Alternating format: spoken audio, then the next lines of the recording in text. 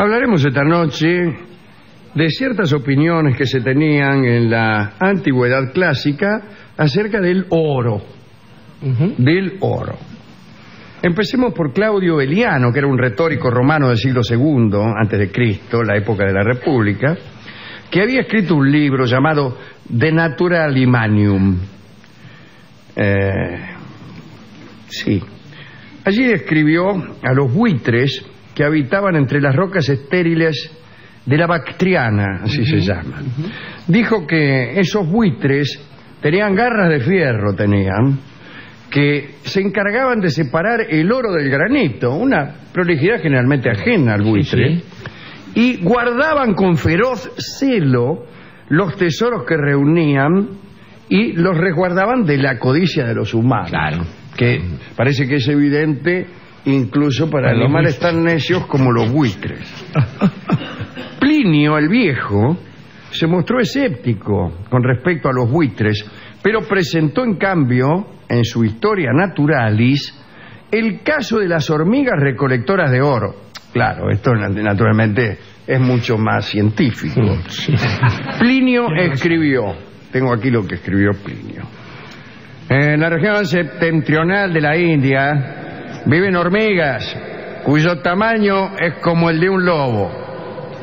Como el tamaño de un lobo. Sí, claro. Extraen el oro de la tierra, lo acumulan durante el invierno y en verano se ocultan bajo la tierra para huir del calor. Entonces los indios lo roban para huir con el oro. Ajá. Pero deben actuar con mucha rapidez porque cuando huelen la presencia humana, las hormigas persiguen a los ladrones. Y si los camellos de estos, ya que en qué otra cosa van a andar los ladrones, si los camellos de estos, que calculo serán los ladrones, no son veloces, me refiero a los camellos, destrozan a los intrusos, que parece un trabalenguas, siendo los intrusos ya no sé quién, probablemente Claudio Eliano. Aparecieron otras crónicas. De acuerdo con Herodoto, algunos de estos enormes insectos que tengo aquí, a los que me refería recién, me refiero a aquellas hormigas cuyo tamaño era como el de un lobo, y habían sido capturados y se los mantenía en la corte del rey de Persia. Bueno, es obvio que si una especie existe, alguna vez va a ser capturado un ejemplar. Cae, esto se sabe. Sí, ¿no es cierto? Bien. Estrabón escribió en su geografía que los hombres, para robarle el oro a las hormigas, esparcían unos polvos áureos cerca de las madrigueras, como quien pone gamexane. Pero claro, estos polvos áureos despertaban la codicia de las hormigas, y cuando los bichos salían para apropiarse del polvillo, los chorros entraban por el otro lado del hormiguero, demostrando su astucia. Los eruditos de la Edad Media consideraban casi sacrílega cualquier expresión de escepticismo con respecto a los autores antiguos. Ninguno dudó entonces de las afirmaciones acerca de las hormigas, y todo eso era una parte oficial de la zoología de la Edad Media. Brunetto d'Astini, que fue preceptor del Dante y miembro prominente del partido Dempo, fue canciller de Florencia. D'Astini realizó un cabal resumen de todos los tesoros del conocimiento de su tiempo y redactó una enciclopedia que reunía todos los materiales conocidos sobre geografía, ciencias naturales, historia, etcétera. En el capítulo de ciencias naturales aparecieron las hormigas. Estas hormigas eran como lobo. Sí. D'Astini decía que no estaban en la India. Con razón. Ahora sí. Sino en las islas etíopes, que no sé cuáles serán. Debe haber algunas islas arrimándose ahí al cuerno de Somalia. Lo más cercano es Madagascar y seguro que está lejos, ¿no? Sí, pero bueno. Pero dice, quien se aproximaba a estas hormigas moría. Esta es una explicación. Racional. ¿A qué? A la ausencia de más datos. Sí. Todavía en el siglo XVI se supo algo de aquellos seres guardianes del oro. Siglo XVI, el señor Christophe de Cuel, discúlpeme. Interesante. Ese debe ser un chiste de mi transcriptor. Sí, a menos que fuera un hombre de muy mal humor, ¿no? Sí, sí. Presidente del Parlamento de París. Esto fue durante el reinado de Carlos IX, es decir, durante su gestión tuvo lugar la matanza de San Bartolomé. Claro. Bueno, contó este hombre, Christophe de Cuel, que en 1559 el zar de Persia, debe ser el Shah de Persia, calculo yo, que desconfío un poquito de... Cada vez estoy desconfiando más de nuestra fuente. El Shah de Persia envió un rico regalo al sultán Solimán el Magnífico, y que era una hormiga india, salvaje y montaraz. Bueno, como si las hormigas estuvieran anotadas en la Facultad de Derecho. Todas las hormigas son salvajes y montaraz. Pero hacía especialmente chúcara. Y dice, del tamaño de un perro. Ahí está. Esto. Que fuera salvaje y montaraz, no sé a quién puede llegar a asombrar. Y sin embargo está estas dos circunstancias, su carácter salvaje y montaraz, están antes que el tamaño, que era el de un perro. Sí. Y no siga porque hay que ver lo que dice después. Sí. Acerca del oro aparecieron otras creencias igualmente ridículas. En el mundo antiguo había existido la idea de que los metales eran entes orgánicos que crecían y se desarrollaban como las plantas. Sí. Durante mucho tiempo circuló un libro que todos atribuían a Aristóteles, que se llamaba Relatos Milagrosos. Era en verdad una falsificación, pero reflejaba las creencias de la época. En uno de los capítulos se afirmaba que si uno enterraba un pedazo de oro, podía brotar y crecer. Ajá. Con razón. Tanta gente. La ciencia natural del medioevo adoptó fielmente la pauta clásica y desarrolló aún más la teoría.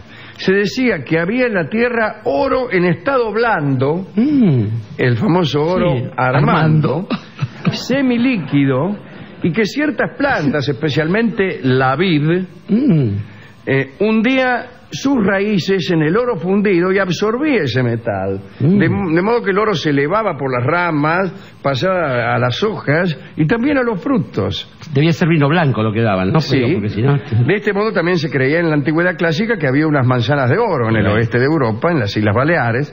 Después vino a saberse que aquellas manzanas doradas eran naranjas. Pietro Mártire de Miri, profesor de teología en Oxford, declaró que en España y Portugal había muchos árboles bebedores de oro. Parece que cierta vez, cuando una princesa portuguesa se comprometió con el duque de Saboya, el novio envió a la dama regalos carísimos.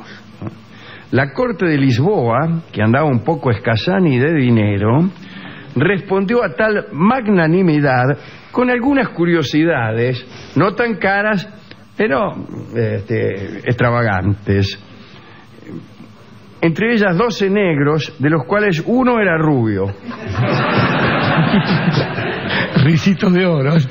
Dice también, una reliquia de aspecto repugnante, no da más datos, y un arbolito de oro cultivado naturalmente.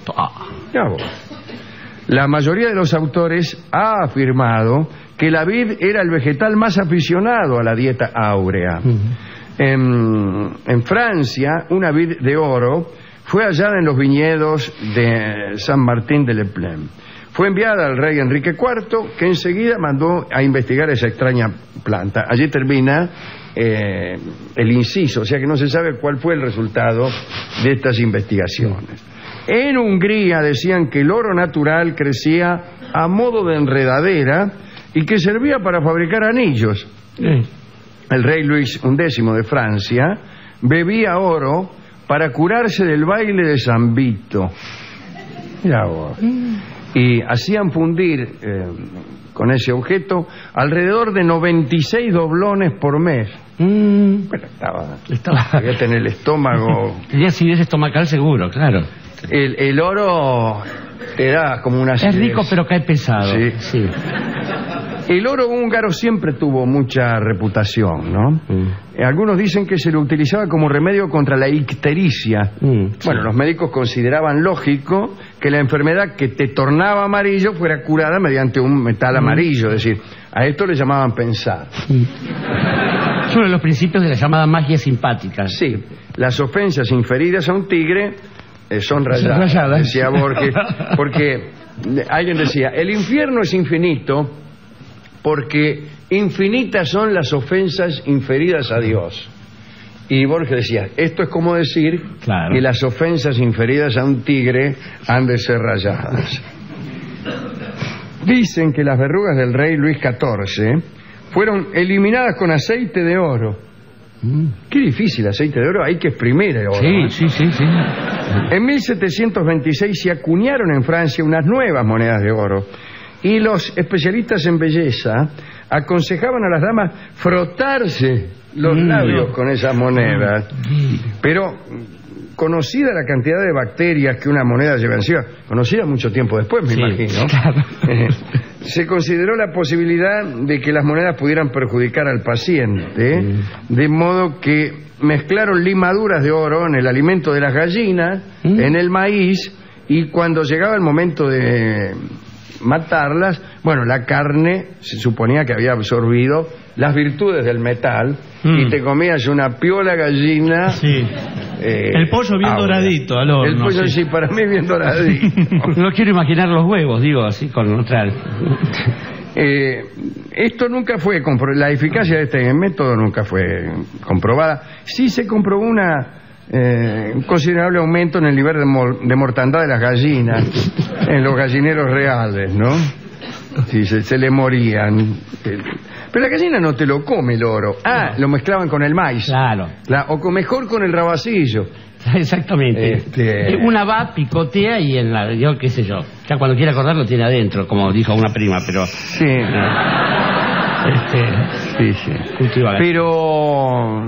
Sí, yo recuerdo un regalo de Marco Antonio a Cleopatra, o inverso, no importa, y que consistía en disolver unas perlas carísimas dentro de una botella de un cierto licor que las disolvía.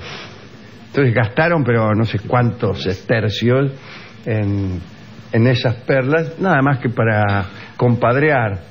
En Compadradas tenemos un compatriota, el muchacho Sáenz Valiente, que queriendo seducir a una cantante de ópera allá por comienzos de siglo, y teniendo un rival que era un noble ruso que le había hecho una vajilla de plata para homenajearle en un almuerzo, él mandó fundir una vajilla, mandó hacer, confeccionar una vajilla de oro, pero cuando terminó el almuerzo hizo... y vinieron los muchachos y tiraron la vajilla de oro al mar.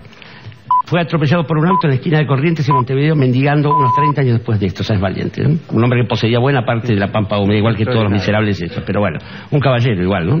No me puedo acordar de cuál era aquel príncipe que hacía regalos, ya me lo voy a acordar quizá mañana, que hacía fiestas para regalar cosas a sus amigos y que recibió quejas acerca de la mezquindad de los regalos. Entonces empezó a hacer algo parecido a lo de Sáenz Valiente. Se tomaba cuadros valiosísimos y en vez de regalarlos a sus amigos durante el transcurso de las cenas, los tiraba al fuego y cosas así. Bueno. ¿Cómo se llama eso entre los indios norteamericanos? Potlatch. Exacto, sí, potlatch. Potlatch, es eso. Vamos a hablar, es un lindo tema, ¿no? Sí, señor, sobre todo la nobleza medida por el grado de desprendimiento ha llevado al absurdo. Claro, aquel que más da es el que tiene más derecho. No, ni siquiera el que más da, el que más despilfarra. Desperdicia y despilfarra.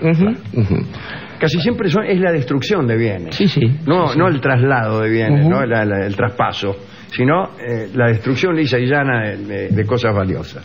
Hemos ido, bueno, a verlo a Jorge Dorio, a ver a quién quería dedicar esta charla acerca del oro. Se hace cuesta arriba porque si pensamos en las cosas que los hombres y mujeres de Occidente han hecho con el oro, en principio han arrasado un continente entero, ¿no? Masacrando a incas y aztecas y cuantas cosas se encontraron en el camino en búsqueda de ese metal, cuando también nuestros amigos de aquí del lago Titicaca tenían una bella ceremonia, llenándose de oro, untándose de oro y zambulléndose al agua después, ¿no?